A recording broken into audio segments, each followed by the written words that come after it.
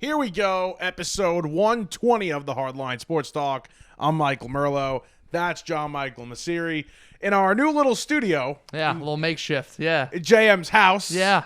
Very gracious for the hospitality to record episode 120 and some future episodes here. But JM will start it off with a question.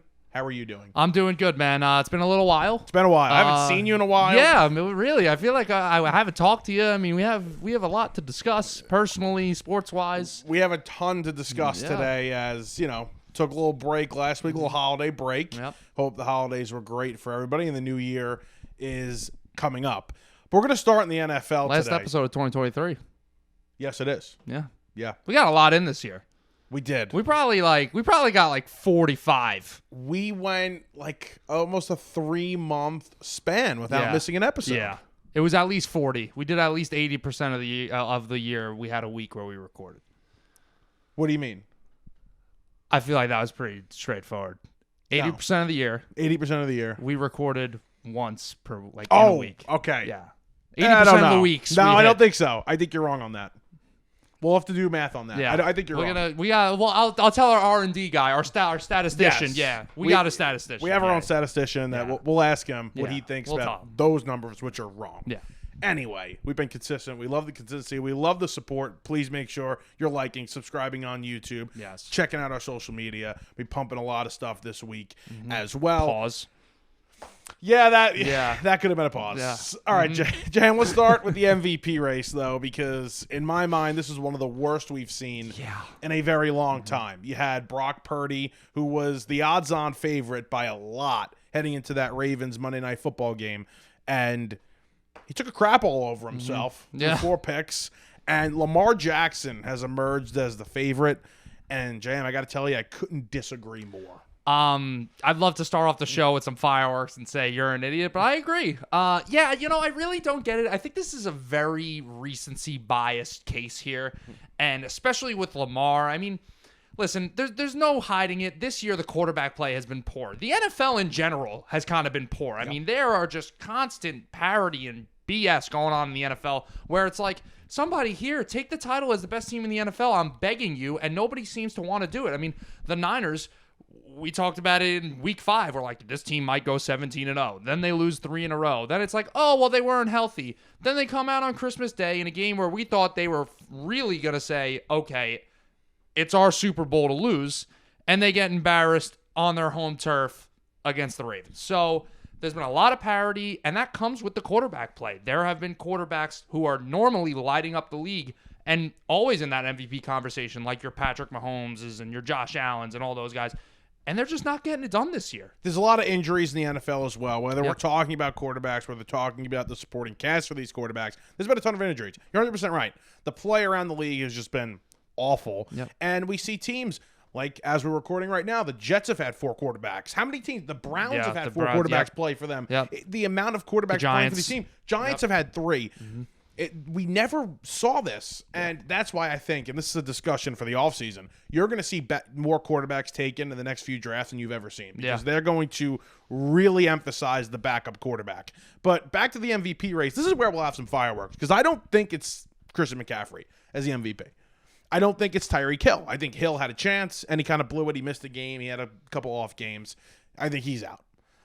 My MVP is Josh Allen. If we're talking about value, most valuable player, I think it's Josh Allen. I hate that we're like agreeing so much here. All right, so no, but this is the thing. I don't think Allen is the MVP. I think he certainly deserves to be thrown in the ring for it. I think he's top 3. I still would give it to Purdy. I said a couple weeks ago, I said Purdy would be the MVP. Listen, he had a bad game. Let's not forget, though, we tend to be very biased in the what have you done lately for me.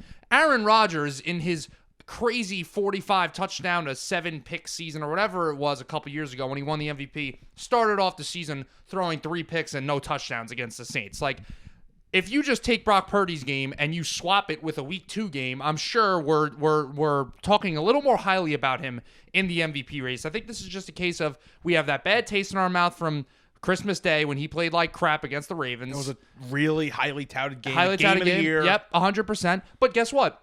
You know who also played like crap in some highly touted games, and we just seem to forget about it because he had a couple nice games in a row? Dak Prescott. Everybody, Dak was a borderline favorite at one point. Him and Purdy, he still is right up there. Him and Purdy were like neck and neck. Now the Cowboys have dropped a couple games. Dak's performance has dropped slightly. I mean, he had a pretty solid game against the Dolphins, but that Bills game was a disaster.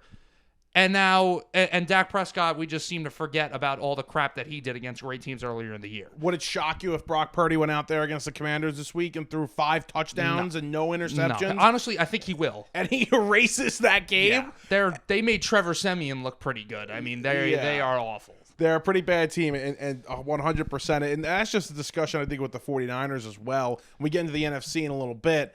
I think you're right, recency bias with a team that we were so high on, and now we're just coming down. They didn't come back down to earth. They had a bad game. Right, exactly. And this is my thing with Lamar, too. When you look at Lamar Jackson's stats right now, they are basically swappable with the last 3 years. Like, there is nothing standing out really for him in the stat sheet. I mean, he stayed healthy this year. That's the only thing. Last year, he got hurt.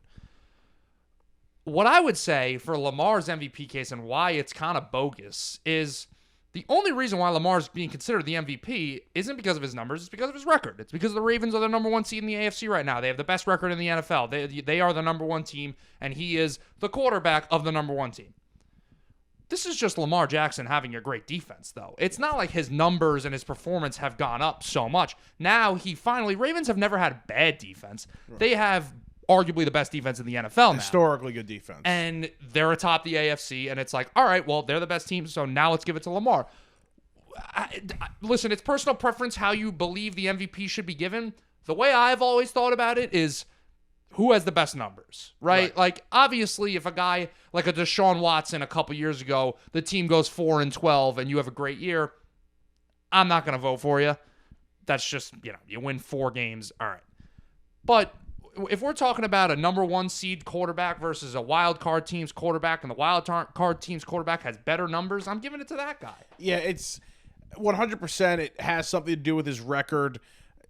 I'm looking at these numbers, JM, and I'm just sitting there, and my mind is boggled with how he is the odds-on favorite at the moment. You're 100% right. I mean, you got to add his rushing stats into it. He's obviously a weapon running the football. But his passing numbers, I mean, I don't know if you're pulling them up right now. I have a stat that I wanted to bring up. I want to know his passing numbers at the moment because I'm pretty sure I was seeing them being compared to Baker Mayfield, who's having a really good year.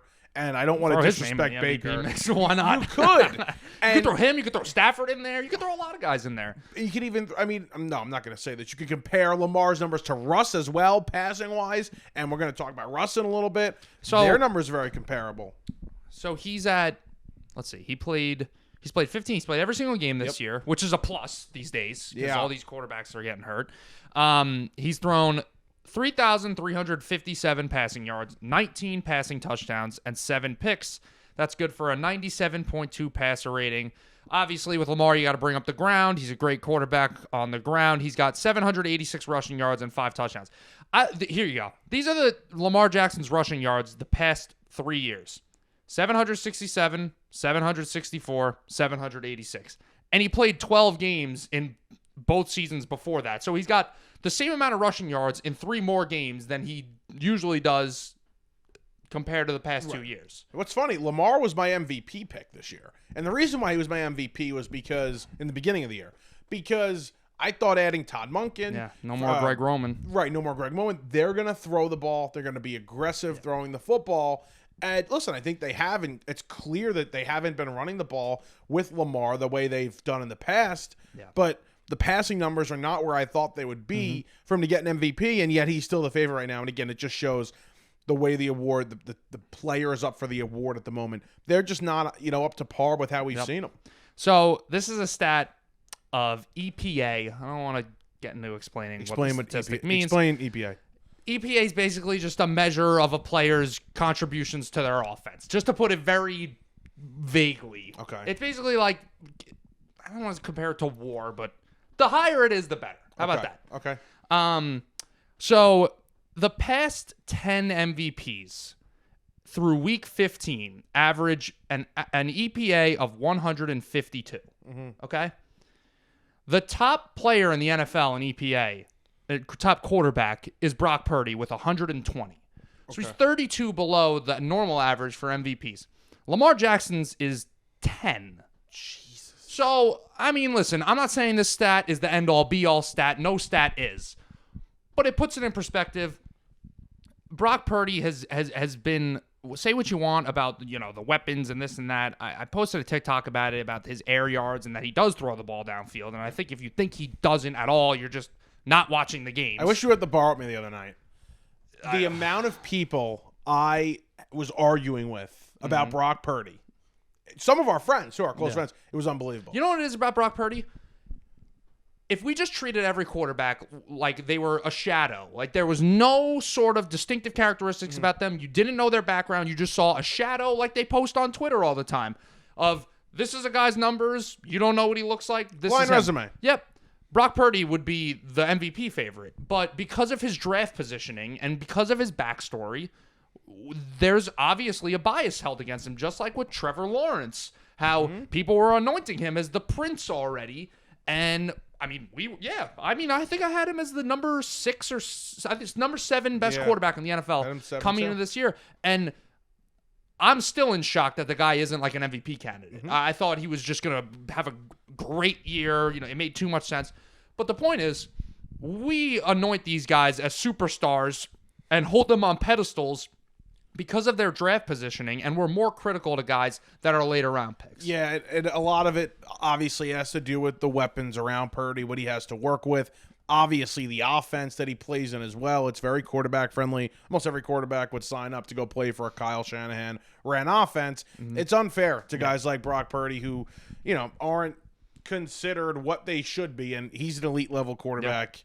And yeah, I mean, I would give it to Josh Allen at the moment. I know that's a hot take, but would it shock me if Brock Purdy had a good 2 weeks and closed it out? No, I think that's more likely the outcome of this. I mean, if Purdy figures it out and plays if we're well. talking like the value to the team, Josh Allen, you take him away, the Bills are, they're worried about their draft position right now. No, I think they're a 3 or 4 win team. Honestly, I agree. I mean, he's playing Superman for them every single week. I just had a point that I wanted to bring up that I completely forgot. Oh, the last thing I want to say about Brock Purdy. To all the people that are just like, oh, it's the Niners system and it's the Niners weapons and this and that. Like, yeah, the Niners are a great run organization. They got a great coach and great weapons, which I think we kind of just like glorify a little too much because there are some other good situations in the NFL that nobody likes to talk about. It's just the Niners are like the gold standard. But Merlo, there's been other quarterbacks who played in this system before that haven't performed to the level that Brock Purdy has. I mean, it says, Jimmy Garoppolo brought them to the Super Bowl, but boy, was he along for the ride with that. I mean, he threw the ball 8 times in the NFC Championship game. And that's the thing. It's like, yeah, he brought you to the Super Bowl, and his numbers were good. Yeah. But you could just put on the games. Yeah. And just look at the level at which Purdy's playing at, and look at the level at what Garoppolo was actually They didn't trust Jimmy G like they trust Purdy now. They did not. And guess what? Brock Purdy wasn't the only rookie quarterback or young quarterback on his team. Trey Lance, the number 3 overall pick, who was supposed to be like perfect. Oh my God, what a project. Shanahan's going to sculpt him into like a stud. He can't even get on the field. They trade him before his rookie contract is even up. Yeah, they trade how much they trade to go get him. Yeah. And yet it still worked out for them because that's just the way the organization. Are they still giving picks to Miami? They done? They're finally done? I think we're done now. That turned into like Jalen Waddle, Jalen Phillips. That turned into a bunch of Bradley Tyreek Chubb. Hill. Yeah, Bradley Chubb. Yeah. I think it was not Jalen Phillips, it was Bradley Chubb. Yeah. And yeah, Tyreek Hill, Jalen Waddle, Bradley Chubb. Yeah. That's a solid return. Pretty good. Yeah. I don't know though. I mean, if you get a quarterback that wins the MVP and then you win the Super Bowl, the Niners they're not upset about it. Any GM, any coach gets fired for that move. This is it's like, all right, it was a little bit of a mistake. Yeah, we're good. No. All right, little NFC wildcard talk here as we wind down. I cannot believe we're at week 17. Yeah, 17. Yeah, I cannot believe there's only 2 weeks left in the NFL regular season, but. Honestly, I kind of can't wait for it to be over because I can't watch the Jets anymore. Yeah, and I still want to watch. Like I still put the game. Like last week, I was watching Jets Commanders instead of like Red Zone. Really? Yeah, I don't know why. I'm like sick in the head, but I was like, I gotta watch a Jet game. That's crazy. Yeah. I flipped between those two actually because I got to a point where it was over. Right, the Jets were up so big. I was like, I don't have to watch Jet game anymore. Yeah. Just watch Red Zone. That was it. And had to go back to the Jet game for a little bit. So funny about the Jet game. So I was like, this year, I was like, I want to be a really good Catholic, and we got to go to Christmas Mass. Like, we're my family, like, we've done a bad job. We've skipped out a couple years. I'm like, come on, we gotta be good this year. We gotta go to Mass. So we're going to my uncle's like later in the day. So I'm like, all right, let's go at 4:00. 4:00 Mass on Christmas Eve. Okay. Christmas Eve Mass, 4:00. Jets are playing, right? 27-7. Cruising. I see Jacoby Brissett come in, whatever. I turn off the TV. We get there like 3:30. It's packed, crazy Mass on Christmas Eve. We had to stand. Anyways, that sucks. I'm just like standing there, like my brother's watching the Packer game, like under his jacket, and my dad like walks over to me. He was like with my mom. He walks over to me, and he's like shaking his head, and I thought he was mad at me. I was like, what the hell did I do? He takes out his phone. It says 28-27 Commanders. I'm like, what? So, like, now I'm, the father's in the middle of preaching, and I'm like, oh, God. So now I'm doing, like, this and this and this. They're watching football in the middle of church. I don't even do this, okay? I don't even do this. I make bets in church, but I don't do this. I tried to keep it low-key. But honestly, I didn't even know if I wanted them to win or not. I was just like, when the field goal went in, I was just like, all right, like, cool. But at that point, and this is the thing with tanking, right? And I think it's a little immature. And I was there early, and then I came back to my senses. Yeah. If you want the coach fired, root for your team to lose. Right. Like, if that's what you seriously want. Root for disaster. Right, you root for disaster. If you want Saleh fired, root for the team to blow that game. But if you think you have the right guys, you want them to win because coaches don't survive those situations. And there's been situations like that, like Gase the year 2020 when they almost went 0-16. Like, you were rooting for that team to lose. You wanted the high draft pick for the quarterback. You wanted Gase out of there. You wanted all the coaches fired. 100%. This year, going into next year with Rodgers, and you're holding on to the coaching staff and the GM. You're not rooting for a dumpster fire. So and I mean, come on, if it's the number 5 pick versus the number 8, like, okay, you'd rather have the number 5, but you're talking about offensive tackles, and we're not getting a franchise quarterback here. Right. Let's take it easy. Enough about the Jets, though, and my wrongdoings in church. They're on right now. Jets. Listen, I did go. Okay, it takes a while to walk through the front doors. I know there's a lot of people who don't go. Yeah, I'm not one of those people. I went. Well, you go. Yeah, I'm an avid church. You go regularly too, which I should start doing. Went to midnight mass too. Oh, I can't do that. Yeah. After all the food, and did you drink or anything? I drank. No, I didn't. Christmas Eve, man, I had a couple. Yeah. Nothing crazy. I can't. After all that food, too, you're not yawning your ass off? You know what? Christmas Eve, I can't really say what I want to say. Not a huge, for us, it's Christmas Day is where we really See, I'm the eat opposite. I'm more of a Christmas Eve guy. We're Christmas Day. Okay. We're Christmas Day people. Well, the spread changes, or? Yeah, because I'm not a huge seafood guy. Okay. I think the 7 fishes thing is a little overblown. We do like 3. Yeah, we don't do 7. We don't do 7. I'm not bacala. I don't even know what I never had that. Apparently it's ass. I don't even know what that is. Apparently it sucks. I had some shrimp. Okay. I mean, I think cocktail or cooked? Cooked, like fried. Oh, fried shrimp is great. You ever have coconut shrimp? No, that sounds sketchy. No, it's great. Like, you got to expand the palate. I have been. I really have been, but like not to that. Like what? Give me an example. Now you put me on the spot. I'm trying to think of something that I've done. Well, you don't like sushi. I've had sushi. Really? It's not awful. Wait, have I had sushi? No, I've had shrimp. How do you confuse sushi with shrimp? Seafood. That's shrimp. Easy. It doesn't. I mean, you could get shrimp in sushi, but sushi, the rice, the seaweed, paper, the fish, cucumber. I've never had. I've had shrimp. Okay. I've had fried shrimp. You'd probably like cooked sushi. You could get like a cooked fried shrimp in a sushi. I'm trying to think of other foods that I've tried. I've just been trying new things. Okay, good. Trying to expand the palate a little bit because I had a child palate. Still kind of. Yeah. All right, let's try and move on here. What were we talking about? The NFC wild card race. We got a big game coming up this weekend. You're going to have the Packers and the Vikings play. Yeah. First of all, Jair Alexander. I mean, what a clown this guy is. And you know what? He made a comment, actually. I never spoke about it or anything, even personal over text. He made a comment before they played the Giants, and I didn't think the Giants were going to beat the Packers that week. Yeah. And he was like, he literally just openly said, like, we got no problem in this game. Like, we're going to walk to a win. It's going to be easy. And obviously, Giants beat him. What a D-bag, man. And to do what he did, and now he could possibly cost his team a game, an important game. I mean, the craziest thing about it is I was trying to pull up the quote.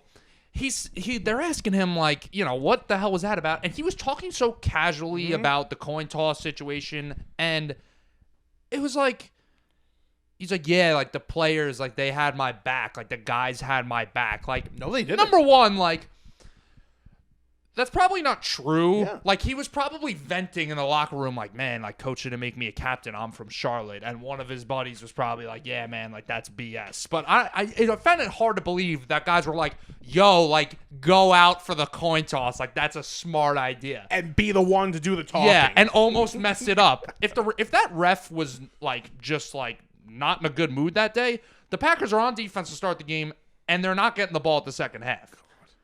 Yeah. What a boneheaded move. And then after the game and the sunglasses talking about it. Yeah. You know what? It takes balls for the Packers, who are obviously, high-standing organization, high morals, things like that. And it takes balls, though, before a really important game against the Vikings on prime time to say, you know what? Against the best receiver in the NFL. Yeah, our defense sucks. Yeah. We're going to sit this guy for a game. No, that takes courage. I applaud them. And, I guess we'll get into the Packers a little bit right now. Before we start destroying their defense and how awful it is and how they make Baker Mayfield, Tommy DeVito, and Bryce Young look like MVP candidates.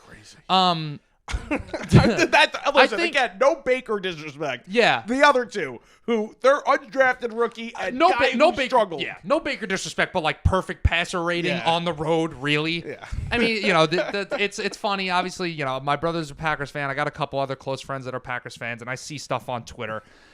The Joe Barry. I mean, it's worse than the Matt Canada stuff at this point. I think. I mean, there are some big slanders towards Joe Barry. Right now. They're deservedly so. By the way, the score is 34-14 in the Jets game right now. Because I almost took the under, and the Browns in the first half already hit the over. Holy crap! Are you serious? I needed to check the score. 34-14. 34-14 the Jet game right now. Oh, good. David Njoku's 5 for 128. Oh, Joe Flacco's got 300 yards and 3 touchdowns. All right. No Jets. No Giants. No Giants. Yeah. National stories. Yeah. To the Packers. A problem. But Defense is a problem. But I want to talk about, like, LaFleur. I just have nothing but praise for the guy in terms of you lose your Hall of Fame franchise icon. And you have this I wanted to call him a rookie. He's practically a rookie. Yeah. But this fourth-year quarterback who sat on the bench for you for 3 years, that was heavily scrutinized when you drafted him because of the situation with Rodgers, and we know about they didn't tell him and give him a heads up, and God, Jordan Love was just knocking on the door for 3 years. And you have the youngest offense youngest team in the NFL, I think, especially youngest offense. You have all these first-year receivers, second-year receivers, rookie tight ends. Your left tackle gets hurt. Jordan Love is, he's not an MVP candidate, but he's right outside of it. I mean, he's been a top 8 quarterback in the NFL this year. Yeah, he's played well, especially lately. I mean, you got to give LaFleur some credit for that. And you're right, Love has had a very difficult situation this far. I mean, you have had Rodgers, I'm leaving, I'm staying, I'm retiring, I'm not, like you mentioned. So it's been up and down for Love, and obviously to come into this year, and it was a brutal start. I mean, people had given up on Love. I was starting to get there. I was starting to give up on Love as well. Right after that Raider game. Oof. Yes. And, it's definitely, they've kind of fixed their problems and just, I guess, experience, especially for the rest of the offense as well. They've played well, but now they have a tough game this weekend. It's going to Minnesota. And, you'll have the gambling show this week, and we were kind of talking off air. Like, I like the Vikings this week. Yeah. And I think the Vikings are going to win this game.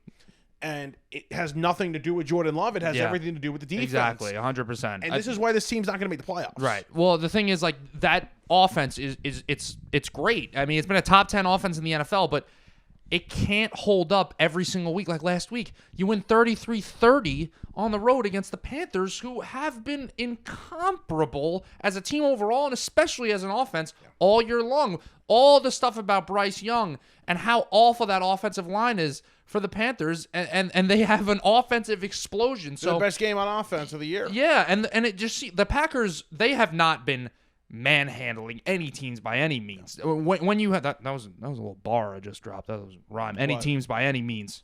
Oh, there you go. Trademark that. But no, I definitely can't trademark they haven't. That's what happens when you don't have a great defense or a good defense. If you have a poor defense, you can't blow teams out because they're always going to stay in it. There's going to be points scored on the opposition. So this week, on the road, prime time, division rival, they haven't played great in Minnesota the past couple years. No. I really don't feel good about it. And it, like you said, it's got nothing to do with Jordan Love. It's got nothing to do with the offense. It's that defense. And you know what's funny? To now talk about Minnesota in a nice light. Right. Who aren't the greatest team ever, but no, they're not. But we've praised coaches this year, and even last year we praised Dayball for the job he did. We praised O'Connell for the job he did. Yeah. And this year, Steichen and Stefanski, 100%, they deserve all their flowers. O'Connell's getting nothing again this year. Yeah. He deserves a ton of credit for what he's done. Their offense has looked competent with basically every quarterback. I mean, if they stop turning the ball over, you can add 2 or 3 wins to this team. If they had Kirk Cousins, Jam, I think this team would be a scary team in the playoffs. They had Kirk Cousins because this is a better team overall. It's a better defense. Yes, than last season. It's not the worst defense in the NFL anymore. They blitz a ton under Brian Flores, but the defense has been solid for Minnesota, and they're able to just get something out of the quarterback. And I think you got to give credit to O'Connell and the offensive staff for what they've been able to do with guys like Dobbs and Mullins, even though he threw 4 picks against the Lions. And Hall now is going to get his shot. Fourth quarterback of the year, and you're talking about competing for a wild card. That's about as good of coaching as you can get. And no Hawkinson, which we didn't touch on. That's really brutal. I mean, he's been their rock steady #1 guy on offense this year. He stayed healthy the entire year. Tight end this year. So that's really tough for them. But yeah, I agree. I think O'Connell deserves more praise. Were they 0-4 or 1-4 to start the year? I know they were at least 0-3. They got off to a bad start. They had that game, 2 teams playing against the Chargers. And the Chargers beat them on the road. They pushed them to 0-3. So I think they were either 0-4 or 1-4. But definitely an uphill climb for them this year. But now another team in this NFC wildcard race, and they have a big game coming up. And it's a huge implication for AFC wildcard, NFC wildcard. That's the Seahawks. Yeah. We're going to play the Steelers in Seattle. Yes. Which is, that has just a ton of implications. Seattle's season looked like it was dead. They come from behind against Philadelphia. They then beat who they just beat? The Titans. In a game that I like the Titans in a lot. I thought the Titans were going to win that game. I had the Titans. Well, they've been free at home, the Titans. They're usually and against a better team. I love Tennessee to upset them there. They pushed on the spread. Thank God I had that, not the money line. Oh, God. Ryan Tannehill's terrible. He is. But he took 2 sacks when, you couldn't take a sack. He takes 2 sacks. He's just awful. It's brutal. I'm intensely watching the score of the Celtics-Pistons. Did they win? Now. It's a 4-point lead for the Celtics with a minute 45. So the Pistons are going to have a 29-game losing streak. Well, there's a lot of basketball left. All right. We're going to talk NBA in a little bit, including those Detroit Pistons.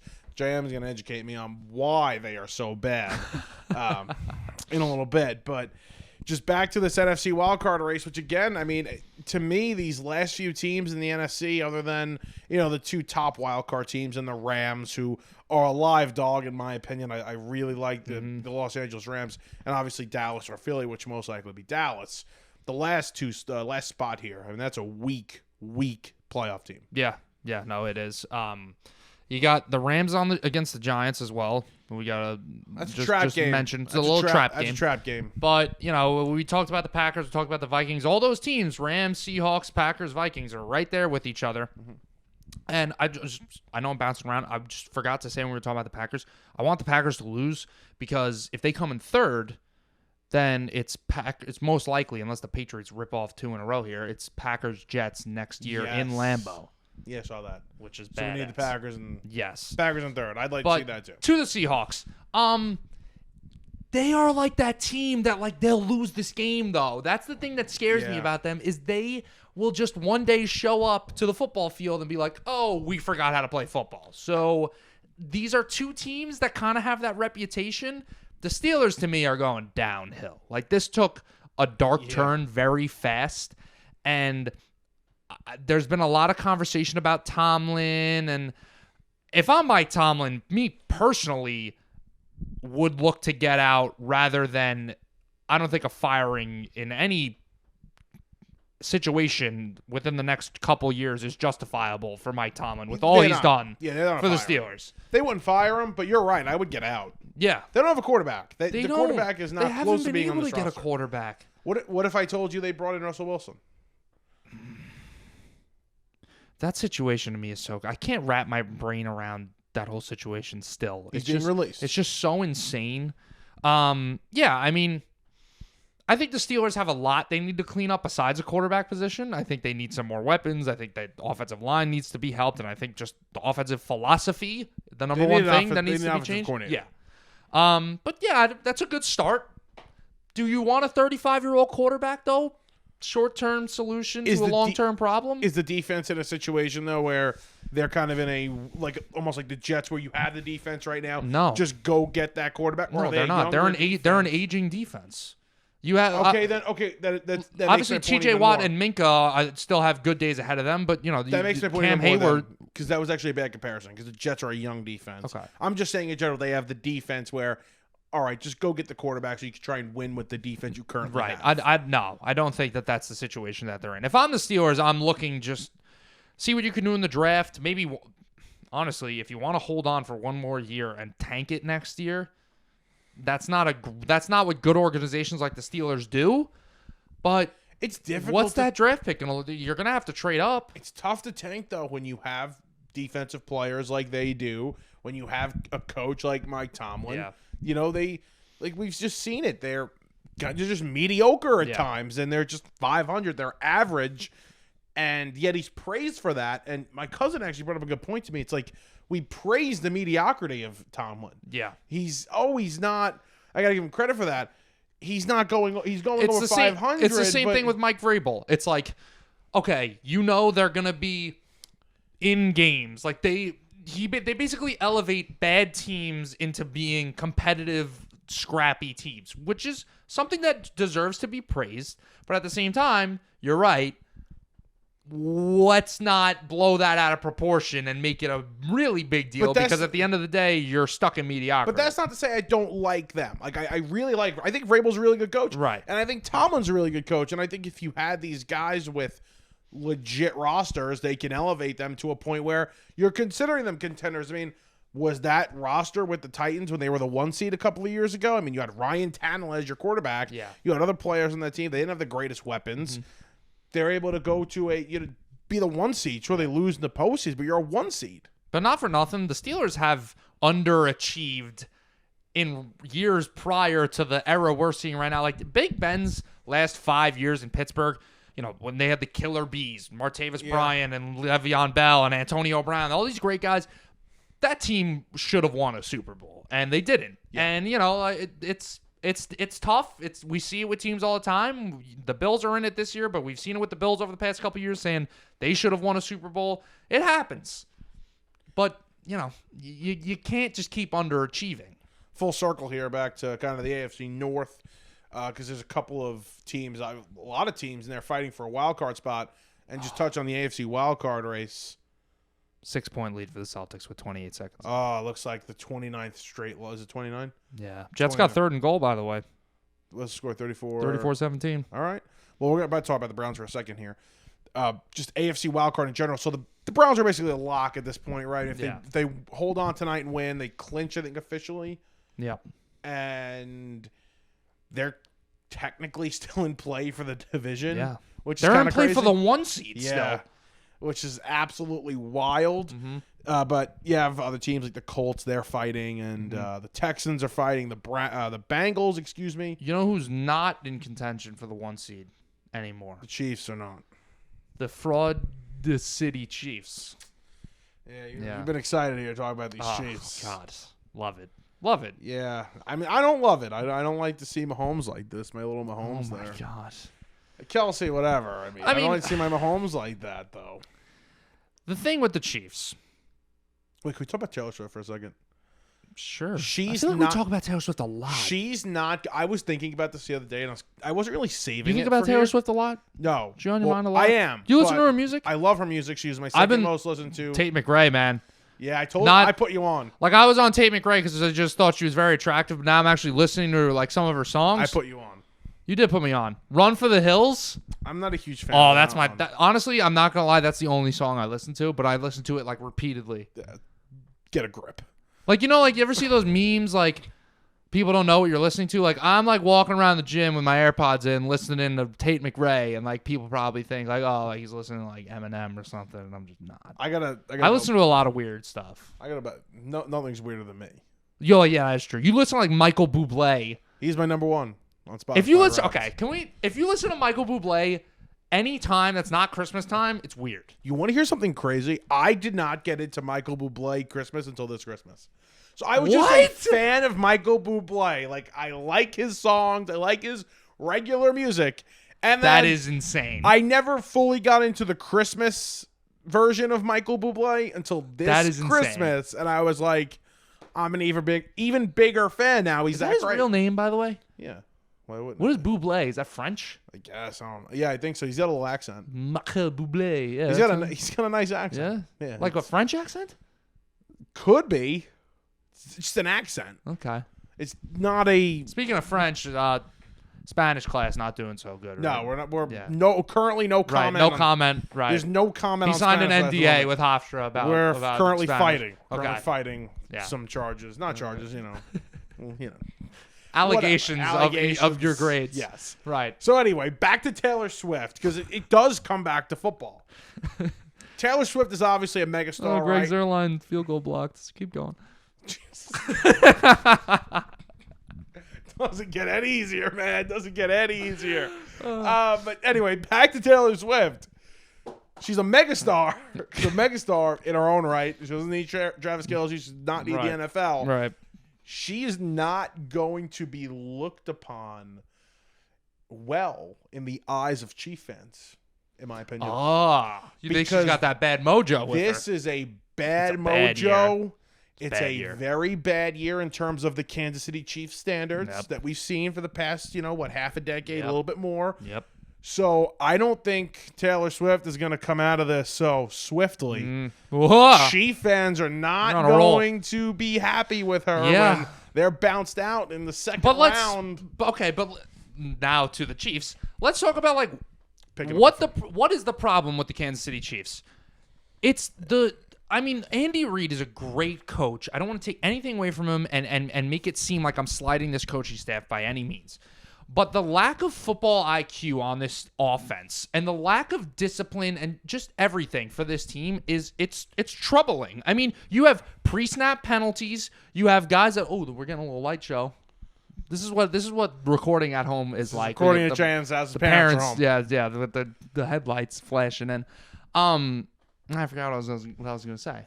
The IQ of the Kansas City Chiefs not high. The pre-snap penalties. Mm-hmm. You go back to Tony's offsides, the drops. Pat Mahomes as well played awful, absolutely terrible on Christmas Day. Yes, it was an embarrassing performance. Missing reads. Marquez Valdes-Scantling open on several deep routes that he just did not throw. Yeah. How you doing? Waving to the parents. How's it going?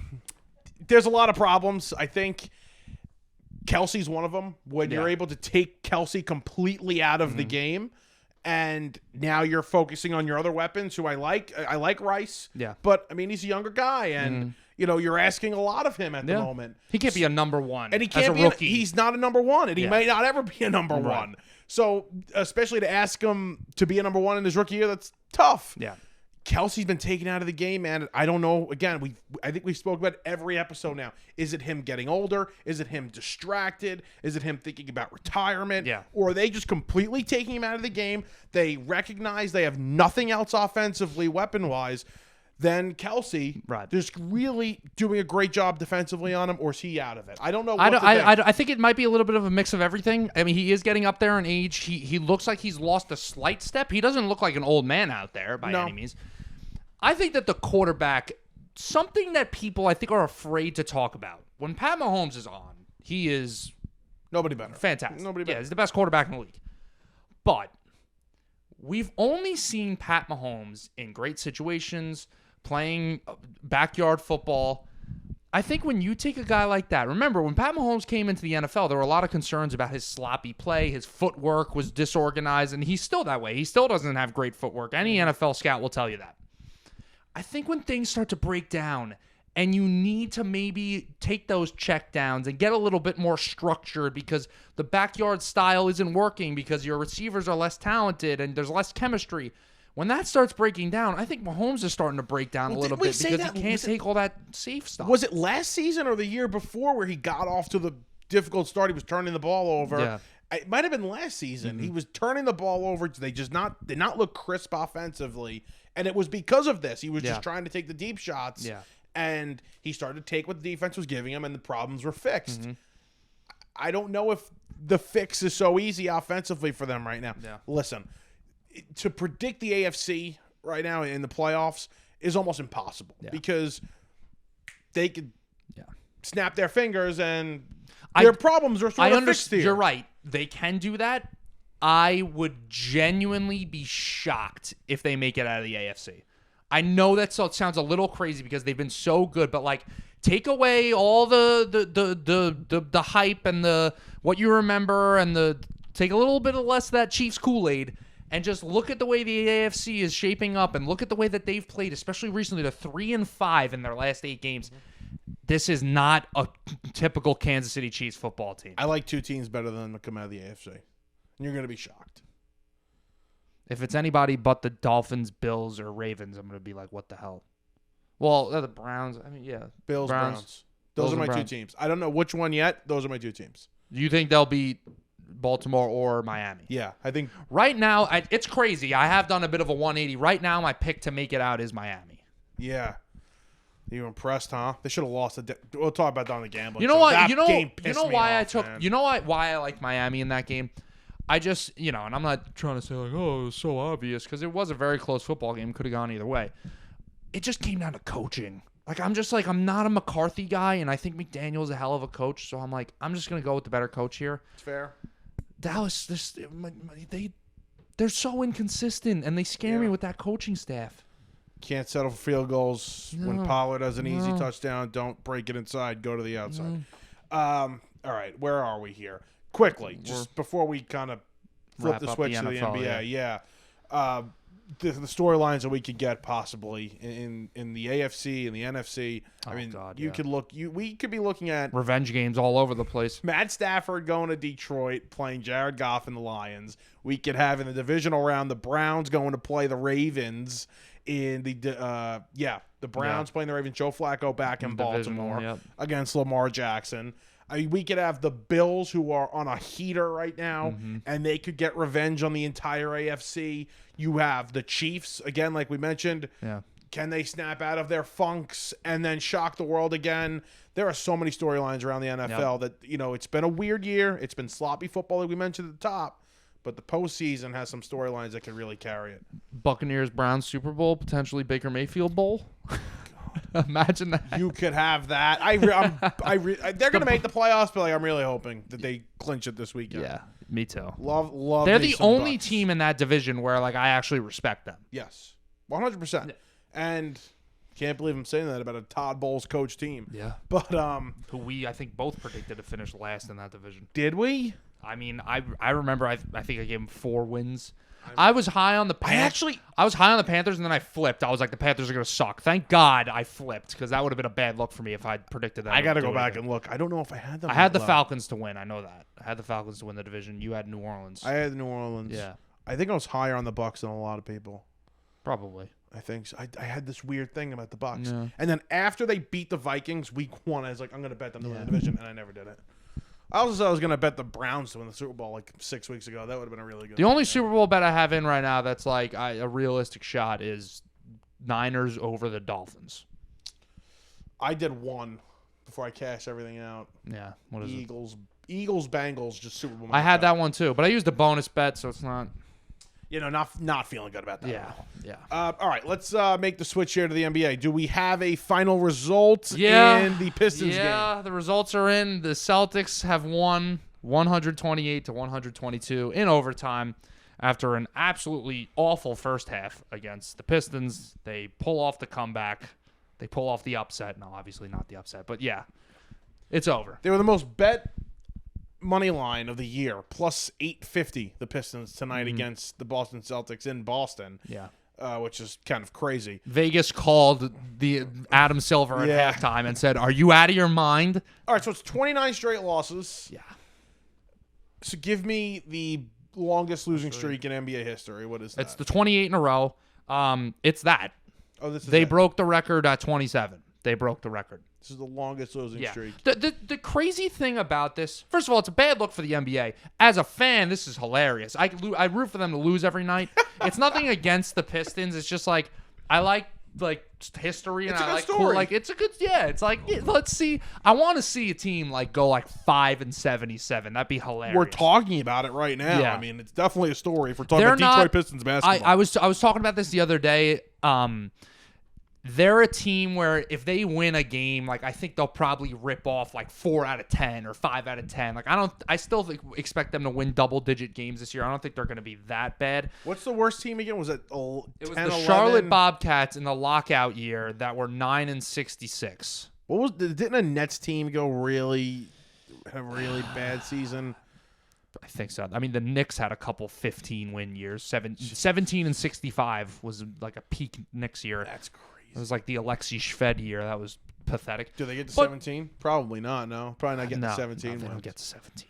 The thing with them, In your hopes and dreams, they have 2. right? Oh yeah. Oh, I love it. 2 and 80. Love it. Let's do it.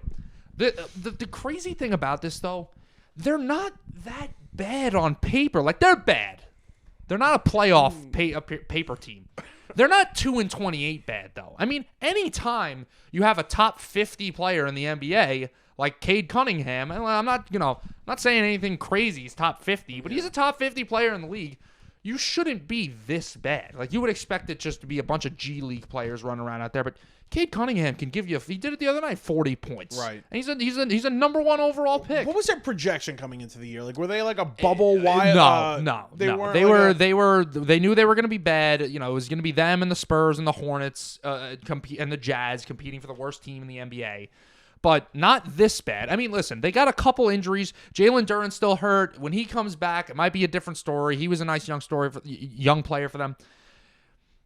But it's when you look at their roster, it's hysterical. Like outside of Cunningham, it is bad. They are like an NBA bust factory. Kevin Knox, James Wiseman, like they have all Marvin Bagley. They have all these awful players. Loved all those guys that are just NBA busts. Oh, it's great. Monty Williams is like one of the highest paid coaches in the world, in the U.S. He's top 10 of paid coaches. Oh, Jalen Duren is back, by the way. He's came back on December 26th, and they've been playing pretty good. So he's got 2 double-doubles, and they obviously are playing a little better. So I think a win is coming up for them soon. So are you gonna bet them now? Are you gonna start betting them? Oh yeah. It's 100%? switching. Yeah. They got I gotta stop putting my phone under my thigh. They got. Looked like they were going to beat the Nets the other night. They got an easy game coming up. Well, nothing's easy for them, but so they're home against the Raptors. Is that a loss? On December 30th. The smart. That's got win potential. The Raptors suck. They're not Pistons suck, but they're 12-18. Then you're at the Rockets. They'll lose that game. What's the Rockets record? They're the 8th seed. They're 15-14. Okay. Then you're at the Jazz. Jazz also suck. Oh my God. Maybe let's cook a little here. If you told me 3 months ago we'd be going through the Detroit Pistons schedule, looking at And if this is a win or not, I would have said I'm quitting. Now, brace yourself. This might be the greatest sporting event of all time. This is like Chiefs Rams Monday Night Football, like 2018 right now. Like one of the greatest games we'll ever see. Is it Spurs Pistons? At Pistons. January 10th, 7 o'clock. That will be like one of those games where it's completely memed up. It'll be a highly rated I game. was just about to say, I guarantee you the ratings are like the best of the year for the Pistons that game. The bets for that game, they'll have a ton of bets on it. Yeah. When is it? How long? How long we got? January 10th, so a couple weeks. Hopefully they just keep losing. Yeah. Lose for a week and a half, please. It'd be great. Going into that game. Yeah. The Spurs could lose. The Spurs ain't far behind. They got 4 wins. The Spurs might have less wins by that time. I could see the Pistons ripping off 2 or 3 by then. God, Wembanyama's not doing anything. No, Wembanyama's doing good. The problem with the Spurs is nobody has the pride or. Everybody's got an ego on that team, like your Jeremy Sochans, that can't just accept that Victor Wembanyama is the number 1 guy. Right. And guys are trying to be like, oh, it's still my team. And it's like, well, bro, you're ass. Like, it's nobody's team. Sure. It's your number 1 overall picks team. And, yeah, they're bad. The problem with the Pistons, I just talked about how their roster is pretty solid. Their defense is just, wow. Defense is a strong word, calling it defense. They are playing a bunch of turnstiles out there. Good Pistons. Yeah, good talk. Pistons talk. Good Pistons talk as we move on to... let's talk about a team that's also ass. The Suns. Yeah. And I saw a little report from Woj a couple of days ago that KD's reportedly unhappy. Oh, my God. The Spurs are up 20-4 in the first quarter. Spurs are back. Spurs Blazers. That's chills. 8-21 Blazers against Spurs. Let's go. Love bad NBA basketball. Oh, it's great. What's the Suns' record? The Suns are 500 right now. Brutal. Is Bradley Beal back? The Suns are 15-15. They're 3-7 in the last 10. Bradley Beal is back. How long was he back before he got hurt? That's what I want to know. No. So wait. So are you talking about right now? Is he back? Yeah. Okay. No, he's not back right now, but he was back. He played a game and a half. And I believe the Knicks. Yeah, he got hurt against the Knicks. And now he's coming back. Hurt again. I read he's today. coming back. Yeah. He likes to bounce around. He's played 6 games. Jesus Don't get your hopes up. Christ. The thing with the Suns. This whole thing report coming out, which you were about to bring up, of KD being unhappy is just so ridiculous. And I was a KD guy, okay? You were a KD guy. When he was in OKC, I loved him. Had his shoes. Those are still one of my favorite shoes of all time. The old KD 9s. Oh.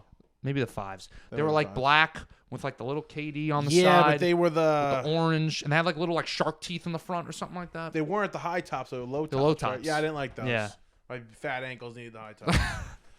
But when he went to the Warriors, and I was a big defender of him, and then when he went to the Nets, I was like, all right, this is getting a little out of hand. Now at this point, the fact that you've gone to the Warriors, the Nets, now the Suns, and you're unhappy with your current situation, what could possibly make this guy happy? We're going to bring you over to Phoenix where we've been a good team in the past, and we're going to give up some assets for you, and we're also going to give up some assets for some other players. And we're going to get, Bradley Beal and Devin Booker and you guys are all going to play together, but you're unhappy now. I mean, you have an owner that wants to spend money, that wants the team to win, that is investing in the team. Like we've seen a lot of these newer owners that are just mega rich and just want to buy it as a hobby and are legitimately good owners. He's doing this, and KD's complaining about good ownership, it's just some poor play early on. Listen, I don't know how KD is in the locker room. I think he's a well-liked guy. But in terms of the media and just appearing for your team, maybe you're the problem. It's a little toxic for you to just wherever you are complain about the situation. I can't believe I'm about to say this, but who's more high maintenance? Is it him or James? Oh, it's Harden. It's Harden. Still James. It's Harden. It's not a bad point, but it's Harden. Have they been? So they've been traded the same amount since he was on Houston and he was on Golden State, Brooklyn? or left? KD went from Golden State to Brooklyn, then he went from Brooklyn to Phoenix. Then Harden went from Houston to the Nets. Then he went from the Nets to Philly, and then he went from Philly to the Clippers. Still so more 3. with Harden. Yeah. Still more with Harden. And they're actually starting to play well now, the Clippers. I saw that last week, and it pissed me off. Yeah, they're not. Listen, there's a revolution going on in the West right now. The Nuggets aren't going anywhere, but the Thunder are legit. We talked about them at the beginning of the year, and they look legit. They had a nice win against the Knicks yesterday. And the Timberwolves. I can't believe everybody's having a good year for the Timberwolves. Anthony Edwards is really blossoming into a superstar. Cat is having a great year. Rudy Gobert is having a great year. They figured out how to play with each other. Yeah. Huh? Mm-hmm. That's scary. They are scary. Edwards is playing well. When you looked at their roster, it was always this team is great on paper. And last year, like, even going into the play-in, it was like they should be better than this. And they won a play-in game, and they, Patrick Beverley threw his jersey into the stands, which is still hysterical. But yeah, they're really putting it together now. That meme goes hard everywhere. Yeah. All right, Jan, let's look at the MVP race here because you got a couple of guys, Embiid, Luka, just look so dominant all season long. Embiid, obviously, the winner last year. You may not have agreed with that. You were a Jokic guy. Yeah. But from our conversations, it seems like you're an Embiid guy this year. Right. Well, this is the thing with Embiid. Last year, he didn't deserve it, but there was obviously some voter fatigue, and there was like the, damn, bro, stop complaining, here's your MVP. Yeah. Like, that was the Joel Embiid MVP award. This year, he actually deserves it. I mean, he's going for his third straight scoring title. He's about to break the record for most 30-point triple-doubles in a row, and he's just looked absolutely fantastic. So he actually deserves it this year. I don't know the last time we had a guy with 35 points per game. I think you got to go back to Harden's days in Houston was the last time we saw this. So that's crazy to look at. But I got to tell you, Merlot, as great as he is, and I know, like, I'm a Knicks fan, so it's a bit of a Philly 76er bias, just my hatred towards them. He does not play a very fun style of basketball to watch. A lot of free throws. It's a lot of free. It's just really not entertaining. A lot of free throws. He loves to flop. I'll just tell you, like, Embiid's a favorite right now. Giannis is having a great year. Luka looks great. 33, 9, and 8. Yeah. SGA, fantastic. Good story. Thunder are up. Jokic. Like, there are a lot of guys. LeBron, too, having a great season. This might be a little bold, but I believe it. I think out of all the guys right now, and some of these guys are well into their primes. Embiid and Giannis are into their primes. I think the best prime out of anybody is going to be Luka. I think Luka, he's still very young. He's still in his early to mid 20s. I think when Luka's like 27, 28 years old, he can't get much better than he is right now. He's 24. Fantastic. He's going to be 25. When he gets 27, February. 28 years old, I think he is going to be one of the like 5 greatest players we've ever seen play the game of basketball. His numbers are just insane every single year. You look at it, it's like, that's crazy. I cannot believe he's still 24. So easy. He just makes it look so easy. He's unbelievable. Yeah. Shai Gilgeous-Alexander, he's only 25. Yeah. That's a mistake out of the Clippers. I'm sure they strongly regret that. I mean, listen. How about the teams didn't draft him? What, did the Knicks take Knox over him that year?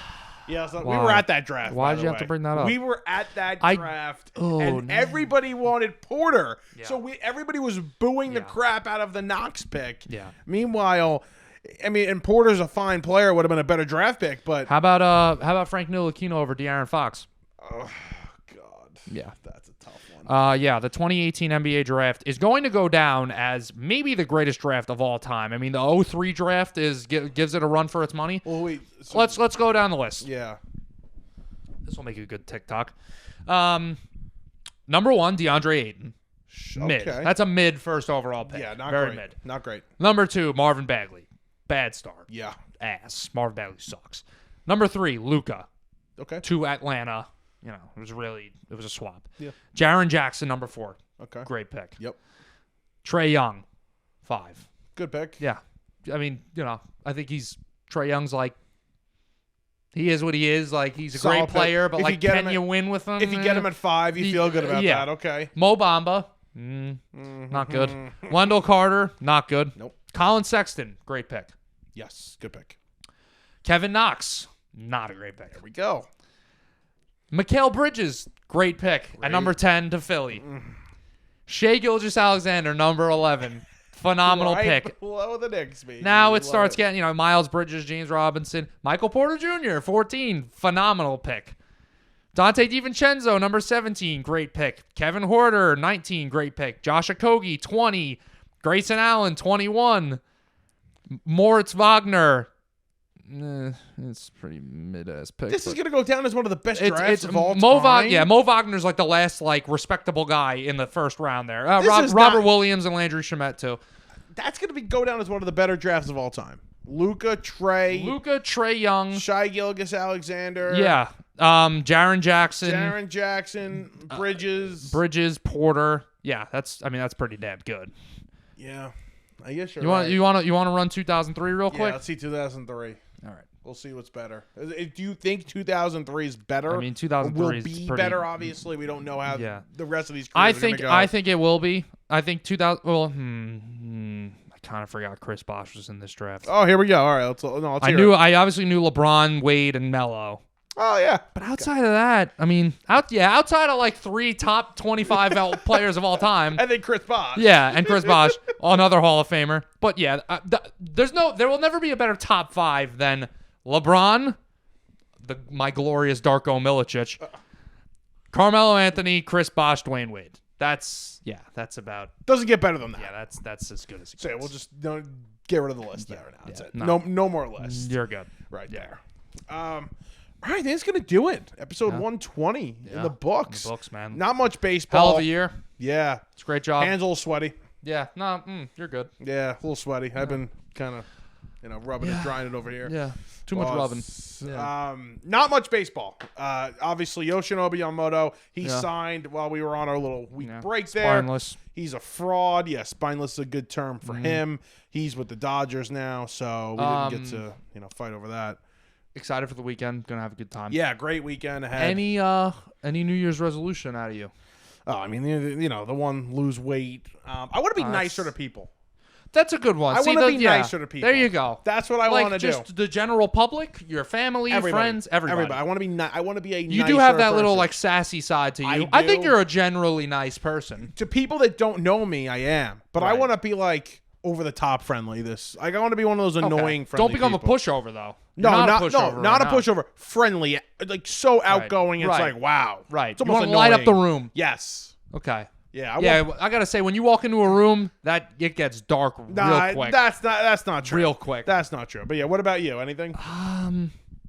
You know what my New Year's resolution was last year? It actually worked out great for me too. Stay out of the doctor's office. Okay. This year, stay out. I had so many complications in 2022. I was like, just stay the hell away from the doctor's office. And I've done great. The vitamin C, man, I'm telling you. You gotta keep popping the vitamin C. I gotta get on the vitamin C. My immune system feels like it's on steroids. There you go. New Year's resolution this year. I don't know. I'd say maybe just be a little more mindful with my money. Okay. Save up a little more. I should definitely too. Just quit gambling. That's probably a good one. Ooh. I think I'm gonna. After football season, no more. I will say I only bet like $20 last weekend. I did good. There you go. Yeah. Making progress. Yeah. It's not a problem, but it's like when you're a college student and making money, you got to save it. Exactly. All right, check out the social media. Obviously, this weekend as well, we'll have a gambling show out. I don't think it's really a competition anymore in love. We go into the postseason. It actually is not. It's been clinched. He's run away with it. There we go. Yeah. So we'll still do it though. Give you our picks. Look out for that. Appreciate the sport. Happy New Year.